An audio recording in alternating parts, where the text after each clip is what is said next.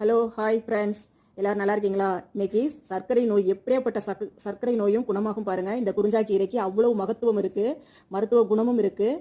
இதை பயன்படுத்தி பாருங்க. பயன்படுத்தினவங்களுக்கு தெரியும் இந்த கீரையினுடைய நன்மைகள்.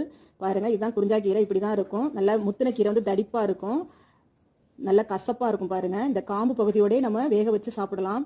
அரிசி கழுவுற தண்ணி இருக்கு பார்த்தீங்களா, அந்த தண்ணியில சின்ன வெங்காயம், ஒரு ஸ்பூன் ஜீரகம், 2 காஞ்ச மிளகாய் கிள்ளி போட்டு ராத்திரி அடுப்புல, அந்த காலத்துல நம்ம தாத்தா பாட்டிங்கெல்லாம் வேக வச்சிருவாங்க. அந்த இரவு அடுப்புல அனல்ல போட்டுருவாங்க பாருங்க. காலைல தூங்கி எழுந்திரிச்ச உடனே அந்த சாரை வெறும் வயிற்றிலே குடிப்பாங்க.